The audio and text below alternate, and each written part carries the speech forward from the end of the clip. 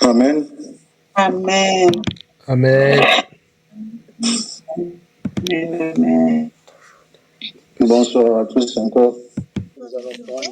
Non, Nous allons prendre nos Bibles. On va lire un passage. On va prendre Luc 22.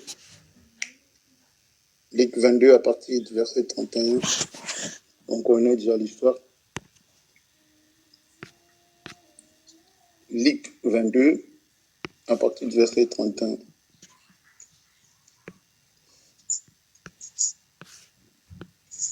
Je lis, mais le Seigneur dit, Simon, Simon, voici Satan vous a réclamé pour vous soutenir comme le feu bleu.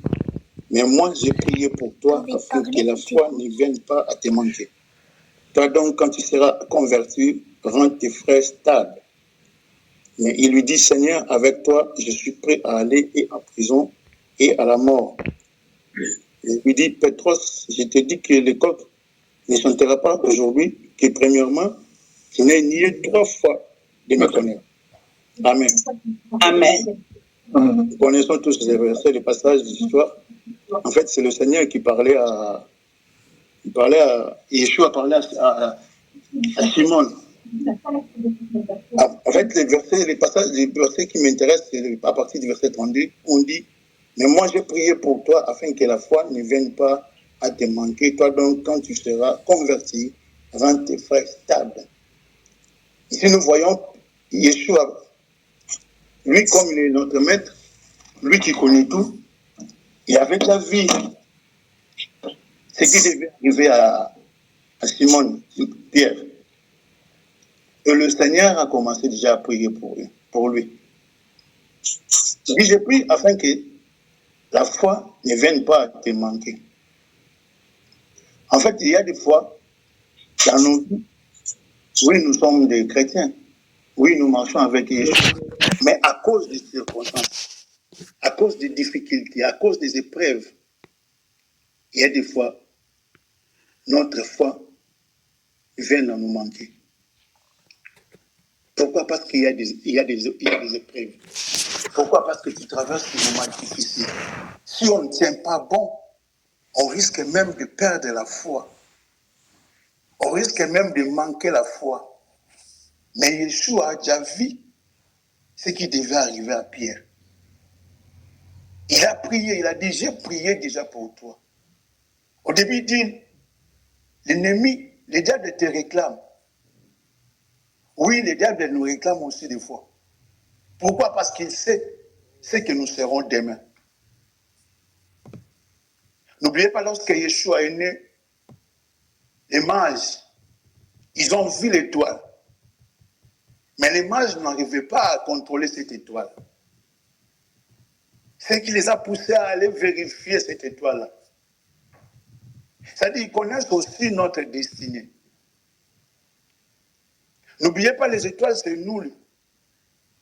Si vous vous rappelez le songe de Joseph, Joseph, il a fait des songes.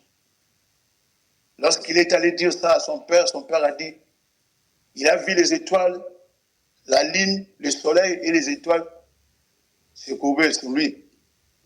Il est allé voir son père pour lui raconter ses rêves. Et l'interprétation de son père, c'était, est-ce que moi, ton père et ta mère et tes frères vont se prosterner devant toi? C'est-à-dire, nous sommes des étoiles. Oui, l'ennemi aussi, il arrive à discerner nos étoiles. Il voit ce que nous serons demain. Voilà pourquoi des fois nous connaissons des combats. Voilà pourquoi des fois on a des oppositions. Voilà pourquoi des fois il y a l'adversité à cause de ce que nous serons demain, à cause de notre avenir. Et le diable savait qu'après le départ de Yeshua, Pierre jouera un rôle très important. Voilà, il a déjà commencé. Mais le Seigneur, comme il voit déjà, comme il est omniscient, omnipotent, omniprésent, il a déjà vu. Il a déjà vu, il a commencé à prier. Il a prié pour Pierre. En fait, le Seigneur prie aussi pour nous. La Bible dit quoi? Il est assis à la droite du Père en train d'intercéder pour nous. Oui, sa mission sur la terre est déjà finie. Oui, il était venu, il a fait son travail, il a fait sa mission. Après sa mission, il est rentré au Père. Mais là où il est, là où il est dans les cieux, il ne croise pas les bras, il continue toujours à prier pour nous. Il est notre intercesseur auprès du Père. Il est assis à la droite du Père pour intercéder pour nous. En fait, lorsque les diables viennent nous accuser, lui, il est là pour nous défendre. N'oublie pas, à chaque fois que nous commettons des erreurs, à chaque fois que nous péchons, l'ennemi est là pour rappeler au Père sa parole. Mais le Seigneur, Yeshua Mashiach, qui est assis à la droite du Père, il est là pour intercéder pour nous. Il est là pour nous défendre. C'est notre avocat. C'est notre défenseur aussi. Voilà pourquoi lorsqu'il a vu les dangers qui guettaient Pierre, il a commencé maintenant à prier pour Pierre. Mais Pierre, comme il était un homme, comme il aimait tellement son maître, il dit non, moi je ne peux pas te renier. Sans la prière de Yeshua, Pierre allait nier Yeshua pour du bon. Sans la prière de Yeshua, la prière de Yeshua fait de sorte que la foi ne puisse pas manquer à Pierre. Bien aimé, je ne sais pas ce que tu rencontres. Je ne sais pas ce que tu vis ces derniers temps. Mais je te dis qu'il y a quelqu'un qui avait déjà prié pour toi. Pour que tu viennes dans le Seigneur, il y a quelqu'un qui a prié pour toi. Yeshua avait déjà prié. Même quand tu lis Jean 17, tu verras que Yeshua avait prié déjà pour l'unité de l'Église. Yeshua avait prié aussi pour nous.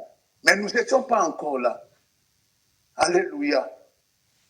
Même pour Paul, Yeshua avait prié aussi. On connaît Paul, il était un persécuteur, Paulos. Quelqu'un qui était là à la mort d'Étienne. Mais un jour, il a rencontré le Seigneur. Bien-aimé, Yeshua a prié pour nous. Ne te dérange pas. Ne te soucie pas du lendemain parce que Yeshua, il connaît tout. C'est que tu dois avoir la foi là. La foi qui est très importante. Le Seigneur a dit, j'ai prié pour toi afin que la foi ne te manque pas. C'est ce qui est important pour nous. Tu peux tout perdre, mais ne perds pas ta foi. Tu peux tout perdre, mais ne perds pas ta foi, bien-aimé. Parce que la foi est très importante. Il a dit, même si vous avez une foi comme un grain de moutarde, vous déplacerez les montagnes. Un jour, les disciples sont venus voir Yeshua. Ils ont dit, Seigneur, si possible, augmente-nous la foi. Augmente-nous la foi. Bien-aimé, tu as besoin de la foi. Tu as besoin de la foi dans notre marche avec Yeshua, dans notre marche de tous les jours. Bien-aimé, le chemin est encore long. Yeshua n'est pas encore revenu. Il est encore là, il est encore au ciel. Il prie pour nous. Mais pendant que nous sommes sur la terre, nous devons avoir la foi. Nous devons garder cette foi. Lorsqu'on perd cette foi-là, c'est fini. Si Yeshua n'avait pas prié pour Pierre, Pierre allait se retrouver comme Judas. Mais parce qu'il avait prié pour lui, lorsque les événements sont arrivés, lorsque les coqs a chanté, Pierre s'est souvenu, ou Simon s'est souvenu de la prière, il s'est souvenu de tout ce que le maître lui avait dit. Oui, des fois il est important de garder ce qu'on nous dit, ce que le Seigneur nous montre dans des songes, ce que le Seigneur, ce que les autres prophétisent pour nous. Parce qu'au moment de faiblesse, ces prophéties, ces messages, ces révélations peuvent te donner la force de continuer encore la course. Peuvent te soutenir dans des moments difficiles. C'est ce que faisait David. Il revoyait tout ce que le Seigneur faisait dans le passé. C'est ce qui donnait la force à David de continuer, de croire encore que Yahweh est capable de le sauver. Yahweh est capable de les guérir. Yahweh est capable de les délivrer. Ne perds pas ta foi. Une fois, une petite foi, ne la perds pas. Continue toujours à prier d'augmenter encore la foi. La foi aussi a des niveaux. S'il n'y avait pas de niveau, je pense que les disciples n'allaient pas dire au Seigneur, augmente-nous encore la foi. Je pense qu'ils avaient vu comment le maître guérissait les gens, comment le maître délivrait les gens. Voilà pourquoi ils ont demandé à un moment, augmente-nous la foi. Ces qu'année, ils voyaient qu'ils n'avaient pas la foi. Ils ont demandé, augmente-nous la foi. Toi et moi, nous avons besoin de la foi pour continuer dans cette course. La vie chrétienne, ce n'est pas une course de vitesse, mais c'est une course d'endurance. Où il y aura des moments de fatigue. Il y aura des moments où tu as envie de lâcher. Mais à cause de cette petite foi, tu peux encore t'élever pour continuer la course. C'est une course d'endurance. Supporte le coup. On supporte le coup à cause de la foi. Et la foi, là, on trouve ça où? Dans la parole du Seigneur. En fait, c'est cette parole-là qui nous donne la foi. De supporter le coup. De supporter des moments difficiles. Où tu vois comme si rien, comme si le Seigneur n'est plus là. Il y a des moments sombres dans la vie où tu vois comme s'il n'y a rien. Mais même dans le silence, le Seigneur parle. Même dans le silence, il est là. Il est là, il ne va pas t'abandonner.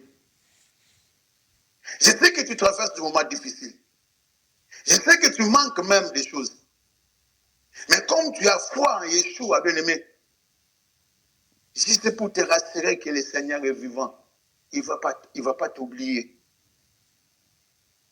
Je sais que tu endures. Oui, à cause de Yeshua, tu as dit, je ne peux pas retourner encore en arrière. Je ne peux pas aller encore manger les vomis là. Garde la foi. Il a prié pour Pierre afin que Pierre ne puisse pas manquer de la foi. Oui, peut-être c'est le début dans la vie chrétienne. Mais garde la foi. Le paix que tu as là, ne la perds pas. Le Seigneur en a besoin. Alléluia. Le Seigneur en a besoin. Amen. Amen. Le Seigneur en a besoin, bien-aimé. Amen, amen. Ne te décourage pas. Ne te lâche pas. Tu sais, dans la Bible, je sais que j'aime. Il dit autant convenable, autant marqué. Il a dit, bon, il est souverain. Il peut dire au mois de décembre, l'année prochaine, dans tel mois, peut-être au mois de décembre, je ferai ceci, je ferai cela. Mais des fois, il dit autant convenable. Lui, il a un temps convenable que nous, les hommes, nous ne connaissons pas. Même si ça traîne, garde ta foi. Même si tu ne vois rien, garde ta foi. Même si l'enfant qui t'a promis, mais il n'est pas encore là, garde ta foi. Même si le travail qui t'a promis, mais il n'y a pas encore de travail, garde ta foi. Même si tu n'as pas encore des enfants, garde toujours ta foi. Le Seigneur ne va pas te décevoir. S'il avait prié pour Pierre, il avait aussi prié pour nous. Pour que tu sois avec nous, pour que tu sois un enfant ou une enfant de Dieu. Seigneur, c'est parce qu'il avait prié déjà pour toi. Notre foi dit que l'agneau a été déjà immolé avant la fondation. J'aimerais encourager quelqu'un de ne pas abandonner, de ne pas laisser, de ne pas lâcher. Le Seigneur est là, il est vivant. Il n'est pas une source intarissable. Il est une source intarissable. Il n'est pas une source trompeuse, j'allais dire. Il n'est pas une source trompeuse. Ce qu'il t'a promis, si tu as la foi, tu en auras. Alléluia. Alléluia. Ne manque pas la foi. S'il te plaît, ne manque pas la foi. Pierre, à cause de la prière de Yeshua, la foi n'a jamais manqué à bien. Oui, il avait trébuché. Oui, il avait régné les maîtres. Mais lorsque le coq a chanté, il s'est souvenu de ce que le maître lui avait dit. Et il a pleuré. C'est une forme de la repentance. Je ne sais pas ce soir, mais je sais que le Seigneur est là. Je sais que le Seigneur est capable de résoudre ton problème. Oui, les gens de ce monde ne peuvent pas, mais le Seigneur est capable. Il a dit rien n'est impossible à moi. Rien n'est impossible à lui. Tout est possible à celui qui croit. Ne t'ai-je pas dit, si tu crois, tu verras la gloire. Crois seulement. La vie chrétienne, ce n'est pas une vie de calcul, ce n'est pas une vie mathématique, ce n'est pas la rationalité. Non. La foi, ce n'est pas un problème de la rationalité. La foi, c'est quelque chose de folie. C'est-à-dire que quelqu'un croit à quelque chose qu'il n'a jamais vu. C'est ça la foi. Voilà pourquoi beaucoup de gens voient comme des fous,